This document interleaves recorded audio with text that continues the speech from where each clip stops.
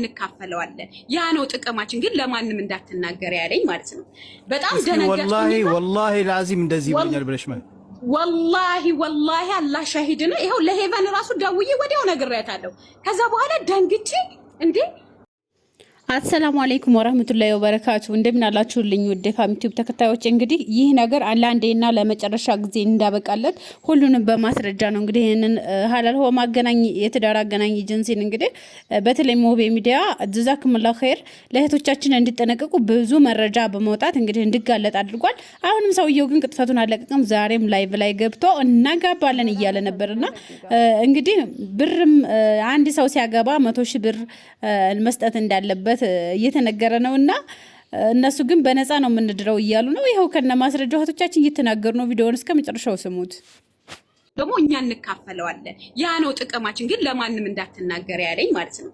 በጣም ደነገጥኩኝ። ወላሂ ላዚም እንደዚህ ይሆኛል ብለሽ ማለት ወላሂ አላህ ሻሂድ ነው። ይሄው ለሄቨን ራሱ ደውዬ ወዲያው ነግሬያታለሁ።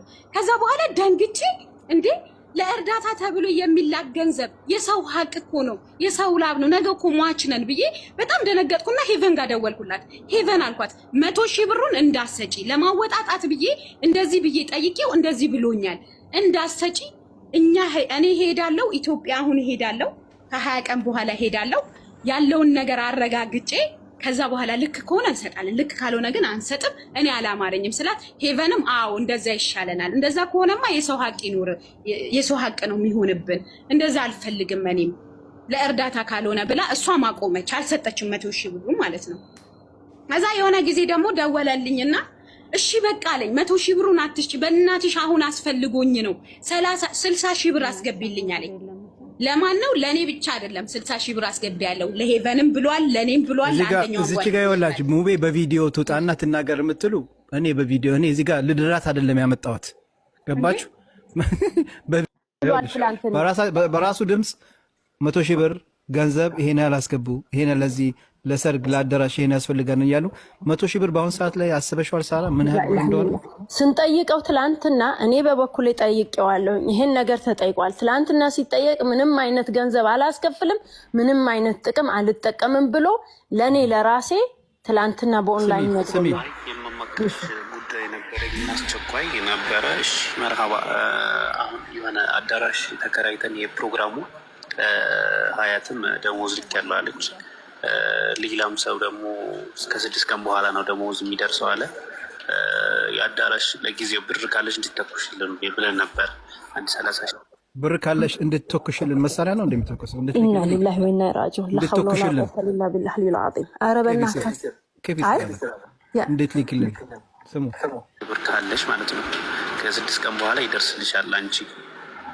ለዛ ነው ተቸኳይ ካለሽ ማለት ነው። ለማንኛውም እኛ ሌላም ቮይሶች አሉ ራሱ ገብቶ አሁን እንዳለ አቃሉ እንደሚሰማን ግን ራሴ እኔ ተዘጋጅቼ ብዙ መረጃ ደርሶኛል። በጽሁፍም ፊርማም ያለው ብዙ ነገር ደርሶኛል እና ይህን ጥያቄ የምንጠይቀው ይሆናል። ራሱን እዚህ ጋር ዛሬ መረጃ ነው የምንቀበለው። በቃ ሙቤ ቀጥሉበት። እኔ አፍበለኛ አቋረጥኩት። ቀጥሉበት። ማንኛውንም ሰው እሱም ብቻ አይደለም። I'm sorry to say this እሱም ብቻ አይደለም። በሚያም መንገድ በሴት እህቶቻችን ላይ እየተቀለደ ነው ያለው። ያቺ ሴት ወጣ መኪና ፈልጋለሁ ምናምን ፈልጋለሁ የምትለው ሙስሊም ለመሆኗ ማረጋገጫ የለንም። እኛ ላይ ሙድ ሊያዝብን አይገባም። ይሄ የኛ ንቀት ነው በፍጹም። እኔ መጥቶ አንድ ሰው እኔ መኪና ፈልጋለሁ ምንም ፈልጋለሁ ምናምን ካለኝ ከአሜሪካን ነው ከካናዳ ከምናምን እንፈልገው ካለኝ ሲጀመር እኔ ያላወራትም እንዲህ አይነትን ሴት ቻቴን የምጨርሰው በፕራይቬት ነው። እዚህ ፐብሊክ ላይ ስትመጣ እንዲህ አይነት ነገር የምትናገር ይሄ ንቀት ነው ለሙስሊም እህቶቻችን፣ ለኛ ለሴቶች ለባለትዳሮችም ሆነ ነገኔ ልጄ ታገባለች። ይሄ ንቀት ነው፣ ግፍ ማስቀመጥ ስለሆነ ማንኛውም ቲክቶከር ማቆም አለበት ብዬ ነው ማምነው። እኔ ፈለጋችሁ ሰዎች ወደዱኝ፣ ስትፈልጉ ጥሉኝ፣ አላህ ብቻ አይጥላይ። ሐቅን ከመናገር እኔ ካለ ምክንያት ቲክቶክ ላይ ተጠርቻ አልመጣሁም። በጣም ረጅም ዓመት አውቀዋለሁ። እኔ ረጅም ዓመት ሶሻል ሚዲያ ላይ ሰርቻለሁ። ከ10 ምናምን ዓመት በላይ ሰርቻለሁ። ነገር ግን አቮይድ ያደረኩት ቲክቶክ ነበረ እና አሁን ግን ስመለስ ያየሁት ደስ ስላላለኝ ለአይኔም ለቀልቤም ለልቤም የነገርኩት ምንድነው እኔ ሙጃሂድ ነኝ።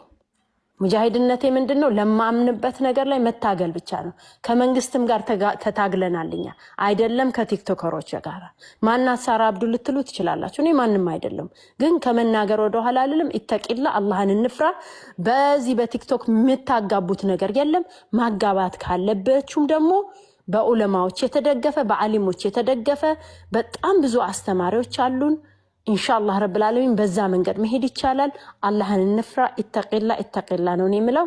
እኔም ራሴን እንድፈራ ፈራሁት። እኔ ፈራሁት፣ ወላሂ ፈራሁት። እኔ አጋቢን ምናምን ሲሉኝ አሁን ሰሞኑን ራሱ ሳርቾ እንዴት ነው ምናምን ሲሉኝ እኔ ኖ ትቻለሁ፣ ሐሳቤን ቀይሬያለሁ ነው ያልኳቸው። ምክንያቱም የማላቀው ነገር ላይ ገብቼ እኔ መበላሸት አልፈልግም፣ ስራዬን ማበላሸት አልፈልግም። ውቤ የምታረገውን ስራ ቀጥል፣ ወላሂ ቀጥል። ላመንክበት ነገር ለምን ብቻህን አትቆም? ለምን ብቻህን አትቆም? እንደኔ አይነት ለምሳሌ በሶሻል ሚዲያ አግብቶ የኖረ 12 ዓመት ኖር ያለው ከባለቤቴ ጋር ልጆች ወልደናል። ይህን ደጋግሜ እናገራለሁ። ግን ባክግራውንዱን በደንብ ቼክ አስደርጌ ነው ያገባሁት። ጀርመን ድረስ እያንዳንዱ ውሎውን አካሄዱን የት እንደሚሆን ምን እንደሚል አሰንተን ብዬ ነው። ሌሎቹንም እህቶች ስንድር እያንዳንዱ ነገር ቼክ ተደርጎ ነው። እዚህ ጋር መጥቶ እንዲመፈልጋለሁ እንደዛ ፈልጋለሁ የለም። እንደገና ደግሞ ገንዘብ መጠየቅ ይተቅል። አላህን እንፍራ። በዚህ በእህቶች ገንዘብ በቃቸው። ስፔሻሊ አረብ ሀገር ላይ ያሉ እህቶች ወላሂ በስንት ነገር እንግቷቸው፣ በስንት ነገር ነው የምንጎዳቸው። ያአላህ በስንት ነገር አገር ቤት ቤተሰብ ገንዘብ ያስቀምጣሉ። እሱን ይሄ ድግሱን እንደ ኬት አምጥተው ነው የሚደግሱት? በእናንተ በምትሰጡት ብር አይደለ እንዴ? በነፃ ነው ጋብቻው? ኖ ሀቅ እንነጋገር ከተባለ እኔም ጥያቄ የሆነብኝ ይሄ ነው። ግን ዛሬ 100,000 ብር ተጠይቄያለሁ አባል ለመሆን ብላለች። ሌሎችም ብር እየተጠየቅን ነው እያሉ እንሰማችኋለን። የፈለገ ነገር ይምጣ። ትናንትና ኡስታዝ ሀጂ አወል ካስተላለፉ በኋላ መቼም የኔን ፎቶ ለጥፋችሁ ቪዲዮ ሰርታችኋል። እኔ ደግሞ ከነ መረጃ ይኸው እህቶቻችን እየመጡ የሚናገሩትን ለማህበረሰቡ እንዲጠነቀቅ አሰማችኋለሁ። ውድ ተመልካቾቼ እንግዲህ እንደሰማችሁት ነው እየሆነ ያለው ነገር እንዲቆም ሁላችንም ይሄንን ነገር ሼር እናድርገው። እህቶቻችን ከዚህ ጉዳይ ራሳቸውን እንዲቆጥቡ። ምክንያቱም በነጻም አይደለም ያጓባቸው፣ ለአላህ ብለው አይደለም፣ አጅር ፈልገው አይደለም። በዛ ላይ ደግሞ የማያውቁትን ብቻ ብዙ ጥፋት ያለው ነው። ከልማቱ ጥፋቱ የባሰ በዛ ላይ ደግሞ የራሳቸውን ጥቅም ፈልገው ነው። በነገራችን ላይ ልንገራቸው፣ አሁን ላይ ማንም ሰው ማለት ነው ያለ ጥቅም ያለ የሆነ ነገር በእርዳታ ድርጅትን በሉት በምንም ያለ ጥቅም አይንቀሳቀስም የሆነ ሰው ማለት ነው። ስለዚህ ለአላህ ብለው ቢሆን ኖሮ 100,000 ብር ከአንድ ሰው አይጠይቁም ነበር።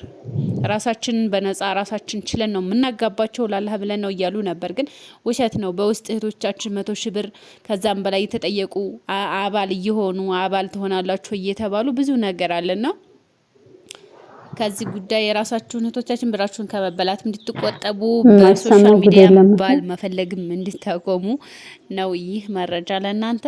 ፋሚቲዩብን ሰብስክራይብ አድርጉ። አዲስ የሆናችሁ ወዳችኋለሁ። በያላችሁበት ሰላማችሁ ብዝት ይበልልኝ። በሌላ ቪዲዮ እስከምንገናኝ ድረስ ሰላም አለይኩም ወራህመቱላሂ ወበረካቱ።